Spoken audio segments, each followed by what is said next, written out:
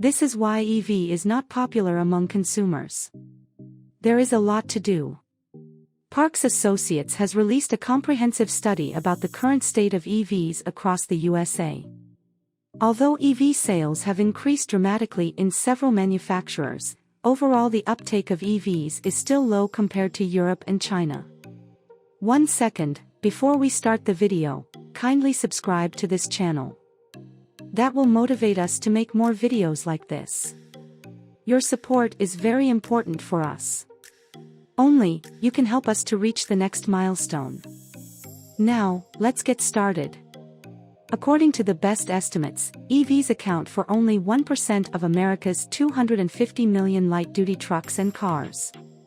Ford is the most popular car brand in America, but its EV numbers are not nearly as impressive as those of ICE models. Why? Parks Associates has included a section in their study on why Americans are reluctant to go electric. It mentions 7 factors. Teslarati claims that all these issues have been addressed. However, we aren't so sure. The biggest concerns are range and charging. Americans want to be able to travel 400+ miles on one charge, and have access to widespread charging. 2 cars are the Tesla Model S Long Range, and Lucid Air Grand Touring. They both have 400-mile ranges.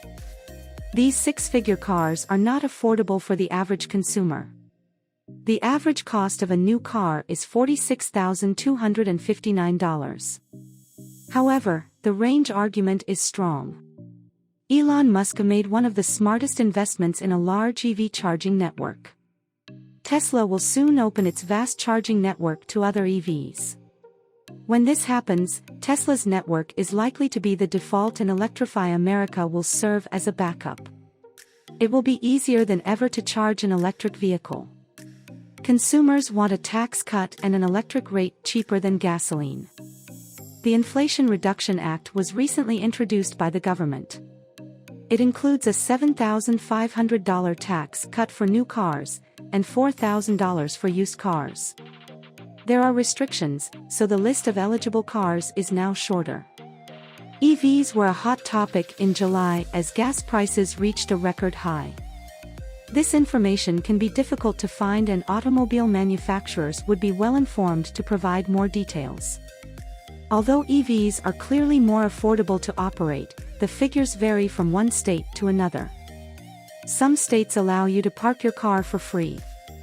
Self Financial did a study on how much an EV costs compared to an ICE car. The study found that an EV can cost $2,721.96 per annum, while an ICE vehicle costs $3,355.90.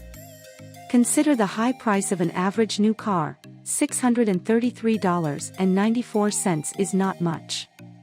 Potential EV customers need to know 3 final things. They want to find out if they can use their home during a power cut and when they are the cheapest. And they want to understand how much carbon they are reducing. These 2 questions are simple enough to answer.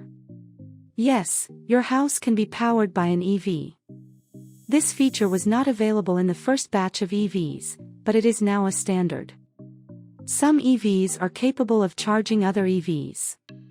The price of charging depends on the supplier you use and the time that you charge. To understand the terms of your contract and to determine the price you will pay to charge a car, all you need is a basic understanding. The third is the most difficult part, which the California government doesn't understand. It wants all cars to be banned in favor of zero-emission vehicles. Although it doesn't emit any emissions from exhaust, you must account for the emission throughout the vehicle's entire life cycle, beginning with the first shovel being driven into the ground to extract rare earth minerals.